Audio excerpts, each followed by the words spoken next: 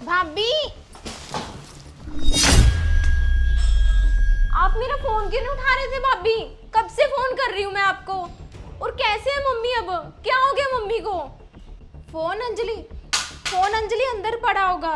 रात को ना मम्मी का बीपी बढ़ गया था, तो हम हॉस्पिटल ले गए थे।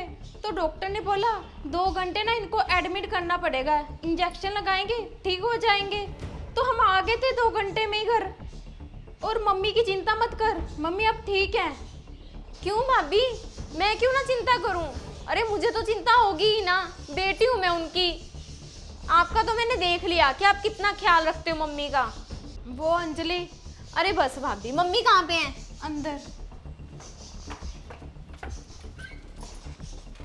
कैसे हो मम्मी आप? वाह भाभी वाह, अपने मायके वालों तक तो आपने सबसे पहले खबर पहुंचा दी।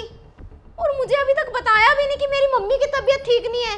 आपके मायके वाले तो यहाँ पे हालचाल पूछने भी आए बैठे हैं। ठीक है मासी जी, मैं चलता हूँ।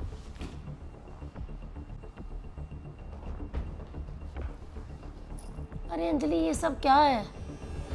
अरे ज्योति का भाई मेरा पता करने थोड़ी आया है। वो तो उसकी मम्मी ने कढ़ी बनाई थी तो वो देने आया था। अरे कुछ नहीं हुआ मुझे। आपको नहीं पता मम्मी, जैसे ही मैं सुनती हूँ ना आपकी तबीयत खराब का, मुझे तो बहुत ज्यादा टेंशन हो जाती है। और एक भाभी है, अरे भाभी आपको तो बस किट्टी पार्टियों में जाने की पड़ी रहती है या घूमने फिरने की। आपको मम्मी का ख्याल नहीं रखना है। और मम्मी मुझे भी कोई बात नहीं बताते हैं भैया भाभी। अब भी देख लो, बाहर के लोगों से पता चल रहा है कि आपकी तबीयत खराब है। अरे अंजलि, जब से आई है तू बोले जा रही है लगातार। अरे तेरी भाभी तो मेरा बहुत ख्याल रखती है, जो मैंने खाना होता है वही बना के देती है। और तेरा भाई बेचारा, कुछ दवाइयाँ नहीं मिल रही थी, सुबह से घूम रहा है वो लेने। अब तुझे फोन करते या मेरा देखते? छोड़ो मम्मी ये सारी दवाइयाँ आप। मम्मी रवि की ना यहाँ के बड़े अच्छे अच्छे हॉस्पिटल्स में जान पहचान है, तो मैं रवि को बोलती हूँ कि आपके लिए ना कल की अपॉइंटमेंट ही ले ले। मम्मी हम किसी बढ़िया हॉस्पिटल में दिखाते हैं ताकि आपकी तबीयत ना बार बार ना खराब हो। अंजलि, तुझे ऐसा क्यों लगता है कि हम मम्मी का ख्याल नहीं रखते? अरे अगर हम पर नहीं यकीन तो तुम मम्मी से ही पूछ ले। क्यों मम्मी, बताओ इसे, हम आपका ख्याल नहीं रखते? हाँ हाँ बेटा, मैं तो इसे पहले ही बता रही हूँ। मैं ना ये दवाइयाँ सरकारी हॉस्पिटल के बाहर जो दुकान है ना, वहाँ से लेने गया था। अरे तभी तेरे सास ससुर निकले सरकारी हॉस्पिटल से बाहर, गर्मी से बेहाल थे बेचारे। बोल रहे थे कि 2 घंटे से लाइनों में खड़े हैं, डॉक्टर की पर्ची नहीं ले पा रहे हैं। तो मैंने उनकी हेल्प करी, पर्ची दिलवाई, डॉक्टर को दिखाया और दवाइयाँ लेके दी उन्हें। जब मैंने पूछा आप रवि या अंजलि को ले आते यहाँ पे, अकेले क्यों आ गए, तो उन्होंने बताया कि रवि के पास तो हमारे लिए टाइम ही नहीं है, और अंजलि को तो अपनी किट्टी पार्टियों से, शॉपिंग से फुर्सत ही नहीं है। तो अच्छा होगा अंजलि, तो यहाँ पे मम्मी की चिंता छोड़ के ना जाके अपने सास ससुर को देख। क्यों मम्मी, मैं सही कह रहा हूँ ना? हाँ बेटा, तू बिल्कुल सही कह रहा है। अंजलि, ये सब क्या है? यहाँ पे मेरा ख्याल रखने के लिए आशु और ज्योति हैं। तू जाके अपने सास ससुर को देख। अरे तेरी सास की तबीयत कितनी ज़्यादा खराब रहती है और वो अकेले गए हुए थे दवाई लेने, तू साथ नहीं जा सकती?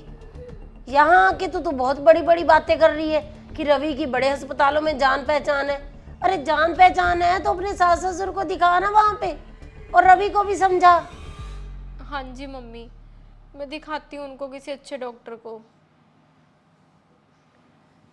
तो दोस्तों, यदि लड़कियां माँ बाप को छोड़ के शादी के बाद अपने सास ससुर की अच्छे से देखभाल करें, उनका ख्याल रखें, उनको ही माँ बाप समझ लेना, तो वृद्धाश्रम बहुत हद तक ख़त्म हो जाएंगे। लड़कियां भागती हैं शादी के बाद भी अपने मायके की तरफ, अपनी माँ का ख्याल रखना है उन्हें, भाभी को डिस्टर्ब करना है। कितना ही अच्छा भाई भाभी ख्याल रख रहे हो, उनको 4 बातें आके सुनाने लग जाती हैं। जब लड़कियों का अपने मायके के अंदर ज़्यादा दखल होता है ना, तो घर टूटने लग जाते हैं। और एक माँ को भी चाहिए कि अपनी बेटी के साथ ना हिसाब से चले, बहू के साथ प्यार रखे। जब बहू बेटा सेवा कर रहे हैं, सब कुछ उनके लिए कर रहे हैं, तो फिर बेटी के पास भागना वो भी बहुत गलत है।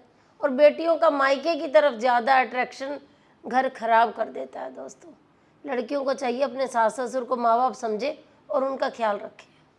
तो स्टोरी अच्छी लगी हो तो इसे शेयर ज़रूर कर देना, और जो नए लोग हमारी स्टोरी देख रहे हैं, ऐसी ही और स्टोरी देखने के लिए Manchanda family vlog, Anjali Manchanda, Vanita Manchanda, mister and Mrs Manchanda को फॉलो ज़रूर कर लीजिए।